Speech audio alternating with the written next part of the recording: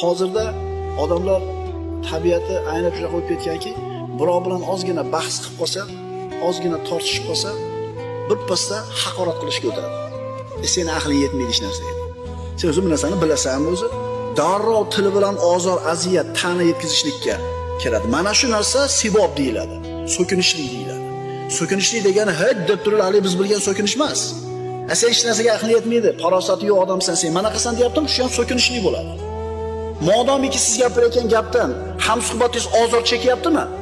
Demak, bu so'kinishlik deyiladi. Ammo iymonlik, tarbiyalik, axloqli kishi 10 soat bahs qilishi mumkin siz bilan. Lekin biron marta sizni dilingizni og'ritadigan so'zni gapirmaydi. Birodarlar, bunaqa odobni qayerdan olamiz? Albatta Qur'ondan olamiz. Albatta Qur'ondan olamiz.